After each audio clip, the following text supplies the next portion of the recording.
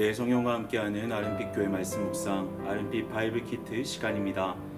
2025년 7월 2일 수요일 함께 묵상할 말씀은 요한계시록 1장 9절부터 20절입니다. 요한계시록 1장은 요한계시록의 서론에 해당합니다. 어제 본문이 편지의 독자들에 대한 인사말에 해당했다면 오늘 본문에서는 요한이 이 서신을 작성하게 된 배경이 나타납니다. 전체 본문을 읽고 함께 묵상해 보겠습니다. 나 요한은 너희 형제요 예수의 환난과 나라와 참음에 동창하는 자라.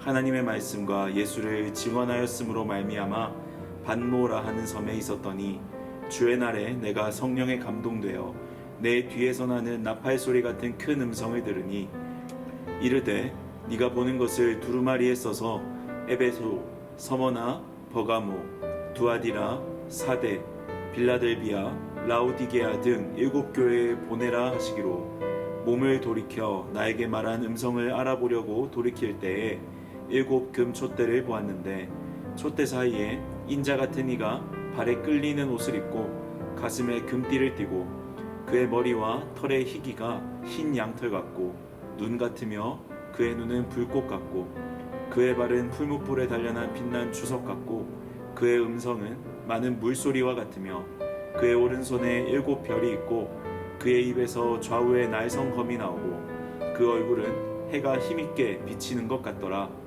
내가 볼 때에 그의 발 앞에 엎드러져 죽은 자같이 되매 그가 오른손을 내게 얹고 이르시되 두려워하지 말라. 나는 처음이요 마지막이니 곧 살아있는 자라. 내가 전에 죽었었노라. 볼지어다 이제 세세토록 살아있어 사망과 음부의 열쇠를 가졌노니 그러므로 네가 본 것과 지금 있는 일과 장차 될 일을 기록하라. 네가 본 것은 내 오른손의 7 별의 비밀과 또 7 금촛대라. 7 별은 7 교회의 사자요 7 촛대는 7 교회니라. 9절부터 11절은 요한의 상황에 대해 묘사합니다. 9절에서 저자 사도 요한은 스스로를 너희 형제요 예수의 환난과 나라와 참음에 동참하는 자로 표현합니다. 요한계시록이 쓰여질 당시는 로마의 도미티아누스 황제가 기독교를 전대미문으로 박해하던 시절입니다. 1세기 말 도미티아누스는 여러가지 정치적, 사회적 문제로 인해 자신을 주님이자 신으로 칭하기를 요구했습니다. 당연히 예수 그리스도만이 자신들의 주라 고백한 그리스도인들과 충돌할 수밖에 없었죠. 황제는 이를 빌미로 기독교를 박해했는데요. 로마에서 쫓겨난 그리스도인은 현재 터키 지역, 당시 소아시아로 도망가서 지하 동굴을 파고 숨어 살았습니다. 그 지하 동굴이 바로 카타콤입니다. 얼마나 깊이 팠는지 그리스도인을 잡으러 온 로마 병사들이 한번 들어왔다 길을 잃는 일이 허다했다고 합니다. 그리스도인들은 자신들만이 알 수 있는 길의 표지, 익투스 물고기를 뒀는데요. 로마 군인들은 어떤 것이 진짜 표지판인지 알기 위해 또 남아있는 그리스도인을 색출하기 위해 여러 사람을 고문하고 살해했습니다. 가족까지 괴롭히는 만행에 많은 그리스도인들은 동료 그리스도인을 고발하기에 이르렀고 이는 그리스도인 공동체 내에 내분을 만들어냈습니다. 그리고 대부분의 그리스도인들은 배교하고 떠나버렸습니다. 이런 상황에서 사도 요한은 자신을 너희의 형제라 표현하며 나도 예수 안에서 고난과 그 나라와 인내에 여러분과 함께하고 있다는 것을 알립니다. 심지어 그는 현재 하나님의 말씀과 예수 그리스도를 전한 빌미로 벌을 받아 반모섬에 유배온 상태입니다. 이 반모섬은 터키 본토에서 약 56km 정도 떨어진 꽤 고립된 섬인데요. 형제와 같은 자들이 핍박을 받는 상태에서 요한은 아무런 연락을 받을 수 없는 섬에 유배와 있습니다. 그 섬에서 요한이 보낸 메일은 어쩌면 우린 끝났다는 느낌이었을 것입니다. 그러나 하나님도 없는 것 같은 누구와도 만날 수 없는 그 외로운 곳에서 우리 스윗하신 하나님께서는 그 누구도 상상할 수 없는 방법, 바로 환상으로 다시 요한 앞에 나타나십니다. 10절에 보면 요한이 성령에 감동된 한 날에 요한의 뒤편에서 나는 나팔 소리 같은 큰 음성을 듣습니다. 그리고 그 음성은 이렇게 명령합니다. 지금부터 네가 보는 것들을 두루마리에 써서 소아시아 지역의 7 교회에 보내라. 요한은 그 음성이 나는 곳을 보기 위해 고개를 돌렸는데요. 이때부터 보이는 환상이 12절부터 이어집니다. 요한이 본 환상에 등장하는 분은 부활하고 승천하신 예수님입니다. 그런데 그 모습이 꽤나 자세하고 복잡합니다. 중요한 특징이 있다면 묘사되는 구절이 구약 성경에서 예언한 메시아의 모습이라는 점인데요. 화면을 한번 보시겠습니까? 12절부터 20절에 묘사된 예수님에 대한 설명은 이렇습니다. 크게 예수님이 하나님이시라는 점과 구약이 예언한 그 메시아라는 점이 강조되고 있는데요. 보시는 바와 같이 다니엘, 에스겔, 이사야 그리고 모세 오경에 기록된 모습들을 두루 모으면 바로 승천하신 예수 그리스도라는 사실입니다. 결국 요한계시록은 창세 전부터 계획하신 구속 계획이 밝히 드러나는 예수님의 계시, 드러내신 하나님의 말씀입니다. 여러분, 만약 여러분이 요한이라면 이 환상을 보게 되었을 때 어땠을까요? 아무도 오지 않았을 것 같은 그날에 갑자기 등 뒤에서 폭포처럼 쏟아지는 음성이 들립니다. 마치 천둥이 쏟아지고 바닷물이 그의 가슴을 때리는 듯한 음성입니다. 뒤돌아보니 불꽃 같은 눈, 해 같은 얼굴이 나를 살피다 못해 손을 뻗어 날 만집니다. 두렵지 않을까요? 맞습니다. 두려움은 어쩌면 요한이 느낄 수 있는 당연한 반응입니다. 그래서 요한은 그의 발 앞에 엎드려져 죽은 자같이 되었습니다. 그러나 그분은 요한에게 오른손을 얹고 이렇게 말씀하십니다. 두려워하지 말라. 아마도 그 순간 요한은 그분을 본 두려움과 더불어 지금껏 경험했던 모든 어려움과 모든 고통을 잊을 수 있지 않았을까요? 그래, 너는 고난을 겪고 있고 네 백성들도 고난을 겪고 있다.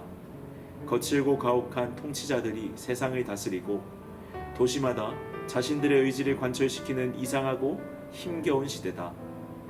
그러나 두려워 말라. 는 하나님의 말씀 앞에서 내가 버림받은 게 아니라는 사실, 잊혀진 것이 아니라는 사실을 요한은 깨달았을 것입니다. 여기서 이 장면을 주의 깊게 보십시오. 예수님이 어디에 서 계셨습니까? 앞선 13절에 그분은 7 촛대 사이에 서 계셨습니다. 20절에 보면 촛대는 교회를 상징합니다.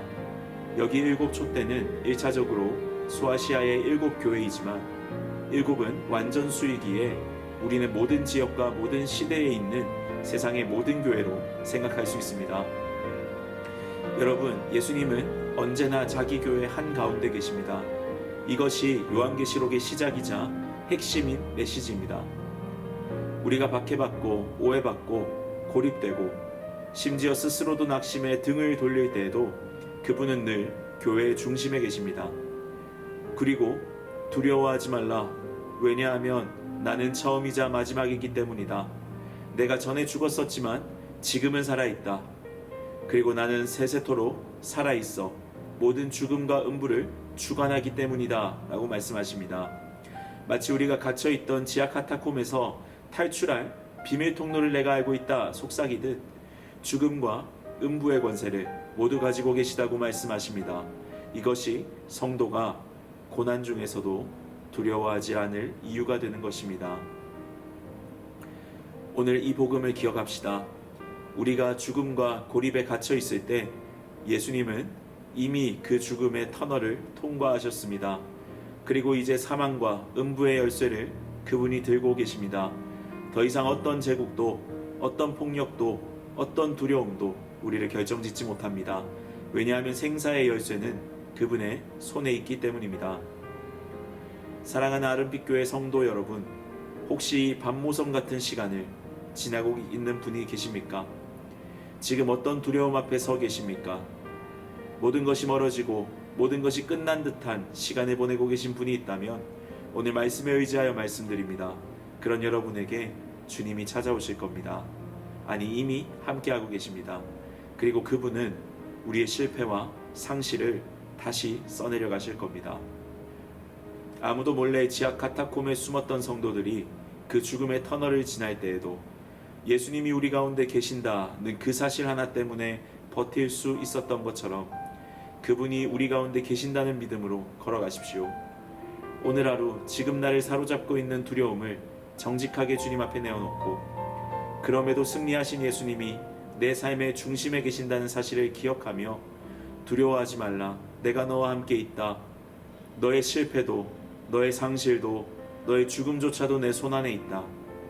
나는 죽었었지만 이제 영원히 살아서 너의 삶의 열쇠를 쥐고 있다 말씀하시는 우리 구주 예수 그리스도를 믿음의 눈으로 바라보는 복된 하루 되시길 소망합니다. 함께 기도하겠습니다. 살아계신 우리 주 예수님, 주님이 하나님이심을 고백합니다. 밤모섬의 고립과 두려움 속에서도 주님의 음성을 들었던 요한처럼 오늘 이 자리에서 주님의 임재를 경험하게 하옵소서. 두렵고 낙심한 마음을 주님 앞에 솔직히 내어놓습니다. 그리고 우리의 실패와 상실, 고통과 눈물이 주님의 손안에 있음을 고백합니다. 부활하시고 승리하신 주님이 죽음과 음부의 열쇠를 쥐고 계시기에 어떤 세상의 권세도 우리를 흔들지 못한다는 굳건한 믿음으로 살아가게 하옵소서. 오늘 하루 주님의 음성을 기억하게 하시고 두려워하지 말라. 내가 처음이요 마지막이라 말씀하시는 그 약속에 소망을 두게 하옵소서. 우리의 시선을 주님께 고정하며 끝까지 신실하게 걷게 하옵소서. 예수님의 이름으로 기도합니다. 아멘.